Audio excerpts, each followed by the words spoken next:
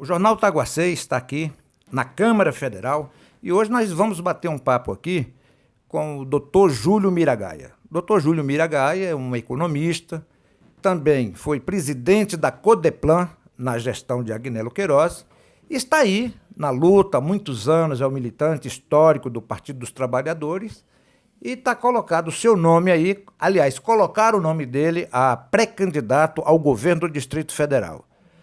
Bom dia, Júlio. Bom dia, Jeová. Júlio, nós estamos aí num embate muito grande, a política, tanto nacional como local, está uma política muito imbatível, e seu nome está colocado aí ao governo do Distrito Federal. Qual é a sua plataforma para, nesse momento, se você for consolidado como candidato ao governo? Então, como você disse, eu sou economista, né, formado no Rio de Janeiro, fiz mestrado e doutorado em economia aqui na UNB, e fui presidente da Codeplan, na gestão Agnello, e também presidente do Conselho Federal de Economia. E sem falsa modéstia, isso me permitiu conhecer bastante a realidade econômica e social do Distrito Federal. Lá na Codeplan fizemos diversas pesquisas sobre não só o Distrito Federal, como também sobre essa área metropolitana, que as pessoas chamam de entorno. Mesmo no Conselho Federal de Economia, juntamente com o Conselho Regional, realizamos diversos estudos sobre essa realidade, de forma que a gente se sente absolutamente capacitado a exercer essa função, essa honrosa função de governador, de governar o Distrito Federal. Foi esse conhecimento dessa realidade associado, né, historicamente a um projeto político, ao projeto do Partido dos Trabalhadores, que visa transformar a realidade econômica e social do nosso país e também aqui de cada uma das unidades federativas, que levou, né, a um conjunto de militantes e lideranças, né, do PT a indicar o meu nome como pré-candidato ao governo do Distrito Federal. O que a gente vem discutindo ao longo do tempo é que a economia do Distrito Federal, Jeová, ela depende fortemente do setor público. Isso é natural, né? É natural porque aqui está a capital da República, né? Exercemos aqui as funções político-administrativas da República. Isso faz com que a participação do setor público no PIB seja relevante sobre diversos aspectos. 52%, né, do PIB é setor público, algo em torno de 50% de todo orçamento é oriundo do setor público, 57% da massa salarial aqui vem do setor público, sempre federal e distrital. Algo em torno de 23% dos empregos diretos, mas se formos computar os empregos indiretos, gerados em empresas privadas para atender o setor público, chegam perto de 40%. Então o peso é muito grande. E o que acontece, né, com essa forte dependência? Quando o setor público está bem, né, quando a União está bem, as finanças públicas estão bem, o Distrito Federal ele vai muito bem, a economia local vai muito bem. Quando as finanças públicas estão mal, o Distrito Federal vai mal, a economia do DF vai mal. Até 2012, a economia do DF crescia acima da média nacional. Nós chegamos a atingir a condição de sexta maior economia do Brasil, atrás apenas de São Paulo, Minas, Rio de Janeiro, Rio Grande do Sul e Paraná. De lá para cá, desses 6 anos, perdemos 2 posições para Bahia e Santa Catarina. Estamos perto de perder para Goiás e Pernambuco. Podemos despencar da sexta maior economia para a 10ª maior economia, por conta da crise econômica e da crise fiscal. Então, o que a gente tem colocado como estratégia para a recuperação econômica do DF? A recuperação econômica, fiscal do governo federal. Essa é a condição para que a economia do DF possa efetivamente voltar a crescer. Você sabe que o comércio, o serviço que tem um peso grande aqui, depende demais do salário do funcionalismo. O que está acontecendo com o funcionalismo? Primeiro, não há devida reposição, né? As pessoas se aposentam e não há reposição desses quadros. Basta ver nos jornais, são pouquíssimos os concursos. E quando acontece concurso, muitos não são chamados, né? Na gestão do Agnello foram chamados 40 mil servidores públicos, foram incorporados, né, ao corpo de funcionário distrital. Nessa gestão do Hollenberg não chega a 15% desse montante, né? Teve uma queda brutal. Além do que tem a questão salarial, um enorme arroxo salarial sobre o funcionalismo distrital e federal. Soma as duas coisas, acontece isso, né? Uma queda brutal da renda, uma queda brutal da capacidade de arrecadação própria do Distrito Federal, fruto da crise fiscal da União, uma queda do Fundo Constitucional, e aí falta dinheiro para tudo. Falta dinheiro para investimento, para custeio. Então a estratégia nossa, né, a proposta nossa está vinculada diretamente à questão do PT voltar ao governo federal, porque o PT tem um projeto para o país, um projeto de crescimento. Não isso que está aí do governo Temer, que leva o país para a recessão, leva o país para um desemprego recorde. Não resolveu o problema fiscal, o déficit fiscal continua aumentando e caíram drasticamente os investimentos públicos, investimentos em educação, em saúde, em habitação, em mobilidade. A recuperação da economia nacional, ela vai ser positiva para o DF. Ela é positiva para o país, porque o Brasil, com Lula, crescia muito mais do que o Brasil cresce com essa coisa que está aí, chamada Michel Temer. E, de outro lado, a unidade que vai mais ser beneficiada pelo crescimento do Brasil é o DF, né, por conta dessa vinculação com o setor público. Né? Não é por outro motivo, né, que a gente coloca de uma forma clara, né? Queremos Lula livre, porque Lula é inocente, e queremos Lula presidente, para o Brasil voltar a crescer. Aliás, não é nós que queremos, não, é o povo que quer. Todas as pesquisas dá Lula disparado no primeiro turno, ganha de todos no segundo turno, né? E se bobear, Lula ganha no primeiro turno, né? Lula leva essa eleição no primeiro turno. Por isso que a elite não quer. Por isso que a elite prendeu o Lula. Essa é a terceira fase do golpe. Veio o golpe lá com a destituição da Dilma, depois veio com a aplicação das reformas que o povo não quer, não queria e não quer, e depois a terceira que é impedir que o Lula dispute, porque eles sabem que o Lula ganha de qualquer um. Né? Então, a nossa plataforma está alicerçada nessa questão.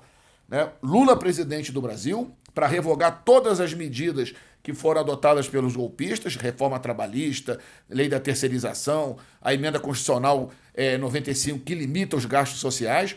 Isso é a condição para o Brasil voltar aos trilhos. Né? E isso vai ser extremamente benéfico para o Distrito Federal. Essa é a primeira condição. A segunda é que o fato de sermos capital federal não significa que nós não possamos desenvolver outras atividades produtivas, né? E não só o comércio e serviço.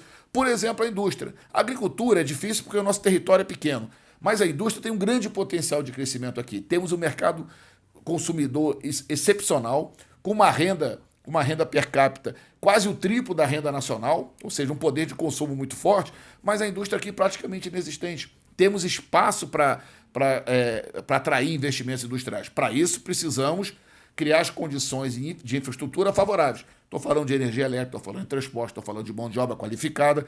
Tudo isso para que efetivamente possamos receber esses investimentos e, com isso, aumentar a oferta de emprego, num setor que praticamente não gera emprego. A indústria, a formação em toda a área metropolitana gera pouco mais de 50 mil empregos.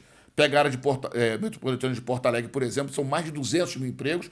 Belo Horizonte, mais de quase 300 mil. Então tem um espaço enorme para gerar emprego na atividade industrial. Isso aumenta, gera emprego, isso aumenta a renda da população e isso aumenta a receita própria do Distrito Federal, que temos dificuldade muito grande, tem uma dependência muito forte da transferência da União. Então, a gente alicerça, né, a nossa proposta em dois pilares.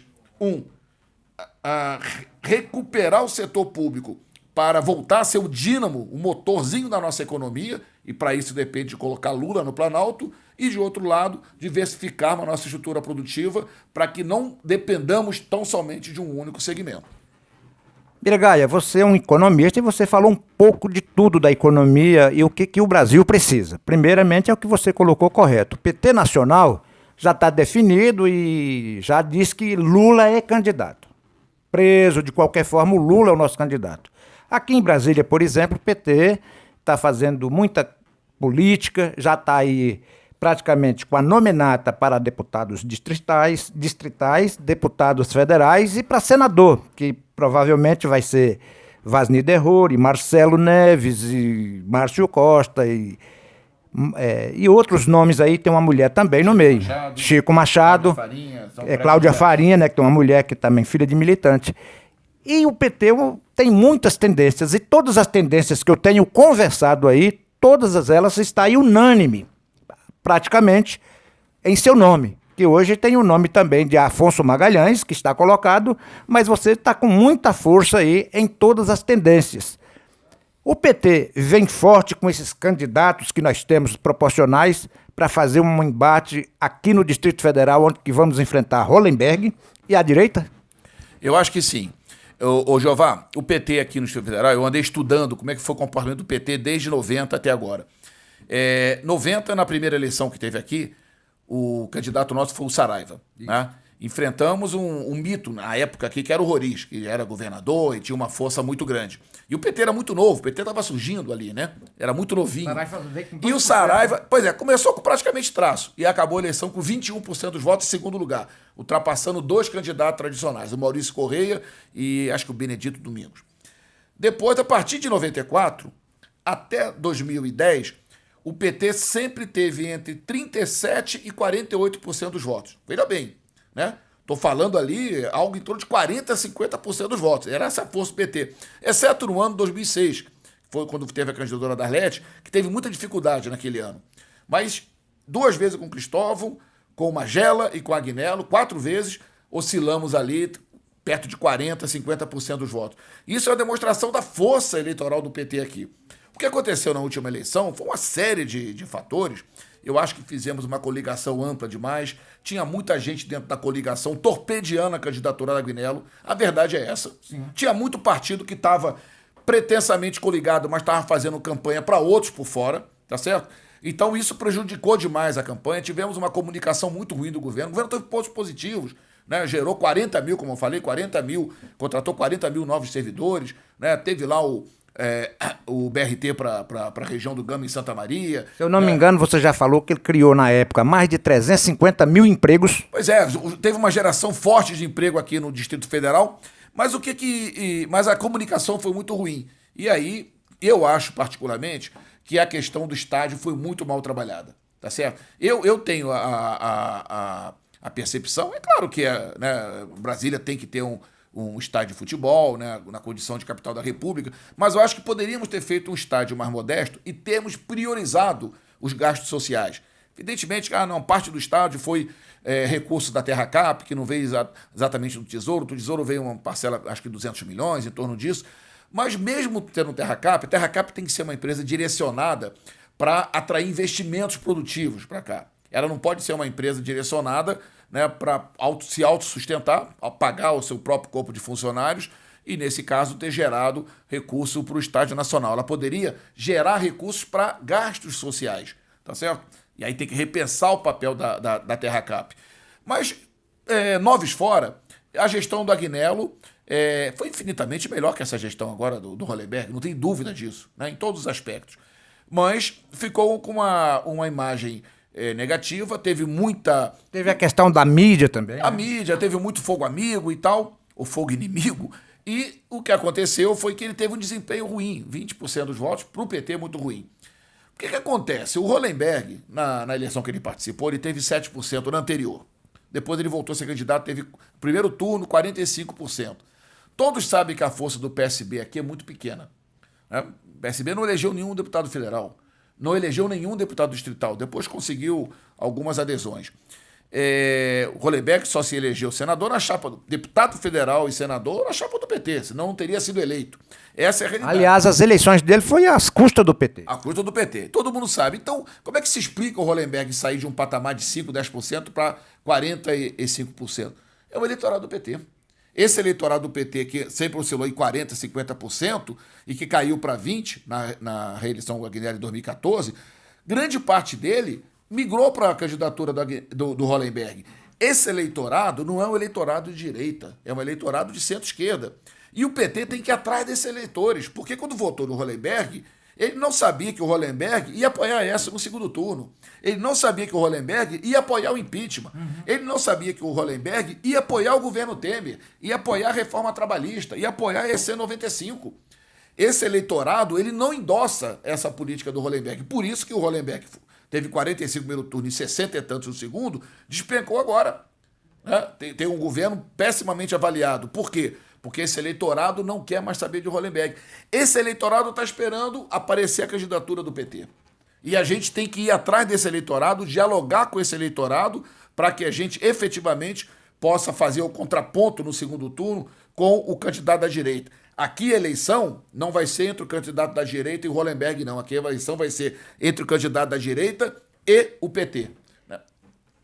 O Jornal Taguacei está aqui e agradece muito ao Júlio Miragaia e vai acompanhar de perto aí a política do Distrito Federal e desejar, Miragaia, uma grande campanha que você realmente eloquece a militância petista e nós vamos estar juntos e misturados. Quero aqui agradecer e vamos estar falando em outras vezes, mais vezes. Eu quero agradecer, Jová, você tem sido um grande parceiro, né? Um grande amigo. Eu quero também aqui dizer que ainda sou pré-candidato, tenho apoio de muitas forças políticas, né, mas ainda sou pré-candidato, essa questão vai se definir proximamente. Eu tenho o Afonso Magalhães como um grande amigo, né, um grande parceiro. Meu amigo também. Trabalhamos junto no gabinete do senador Lauro Campos durante 3 anos, formamos a zaga central do time do PT no Senado, né, então é um companheirão, né, tomamos muita cerveja junto e eu tenho certeza que vencendo o Júlio Miragaia ou vencendo o Afonso Magalhães, no dia seguinte, um vai estar na campanha do outro, né? Isso aí que é importante no PT, essa unidade, porque acima de tudo está o Partido dos Trabalhadores, que é o principal instrumento de organização e de luta da classe trabalhadora brasileira. Não podemos perder nunca de referência. E temos uma grande liderança nossa que está preso através de uma farsa jurídica lá em Curitiba. Então temos uma grande tarefa, denunciar essa farsa jurídica, colocar Lula na disputa eleitoral, fazer Lula novamente presidente e voltar a eleger o governador do Distrito Federal. Já não agradece.